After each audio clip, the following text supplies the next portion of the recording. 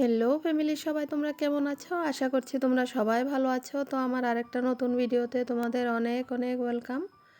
আর এভাবে একবার তোমরা ঘরে ডিম চপ বানিয়ে দেখো, ভীষণ টেস্ট হয়। চলো কিভাবে বানিয়েছি তোমাদের সাথে একটুখানি শেয়ার করছি।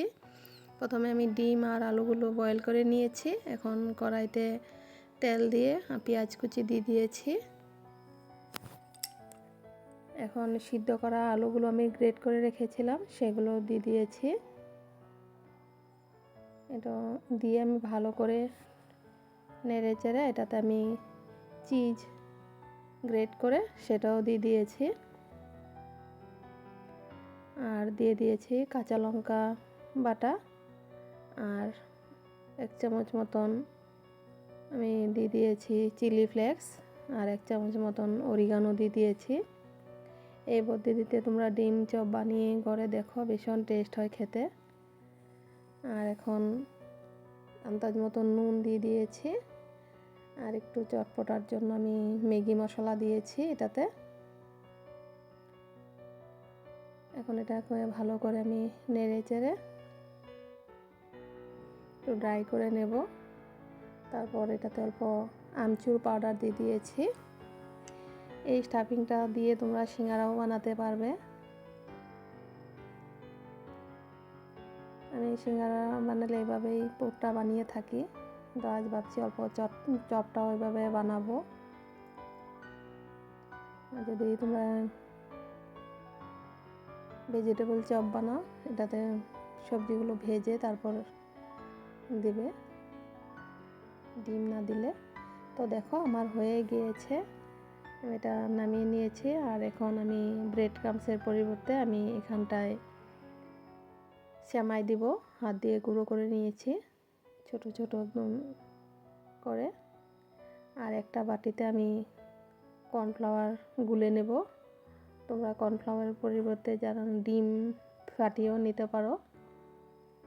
এখন আমি ডিমটাকে মাঝ বরাবর কেটে দেবো এটাকে।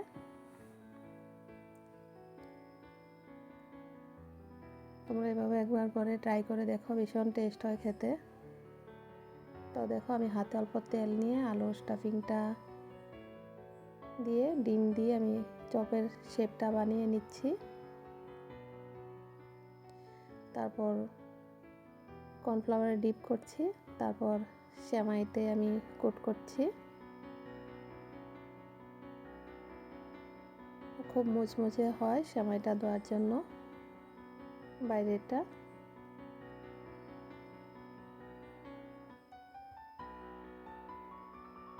খুব আলতো হাতে করতে হবে এটা।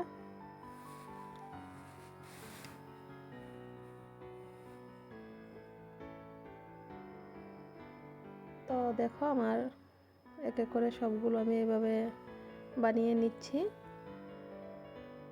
প্রথমে কর্নফ্লাওয়ারে ডিপ করছি, তারপর সেমাইতে কোটিং করছি। পরে এক এক করে আমি সবগুলো বানিয়ে নেব। তো দেখো আমার সবগুলো বানানো হয়ে গেছে। এগুলো আমি ফ্রিজে সেট হতে রেখে দেবো 8 ঘন্টার জন্য, তারপর ভেজে নেব। এখন গ্যাসের ফ্লেমটা মিডিয়াম রেখে আমি চপগুলো ভেজে নেব।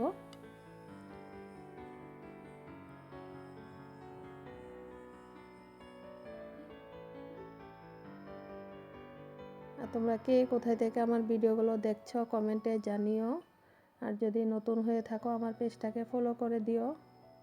তো দেখো আমার দুটো ভাজা হয়ে গিয়েছে, এখন আমি আরও দুটো দিয়ে দেবো এটাতে।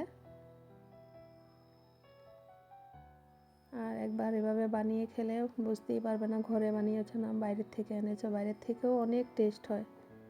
এভাবে একবার করে ট্রাই করে দেখো। তো দেখো আমার হয়ে গিয়েছে। তাহলে এখনকার মতন আসি। সবাই ভালো থেকো, সুস্থ থেকো। দেখা হবে আবার আর একটা নতুন ভিডিওতে আমার।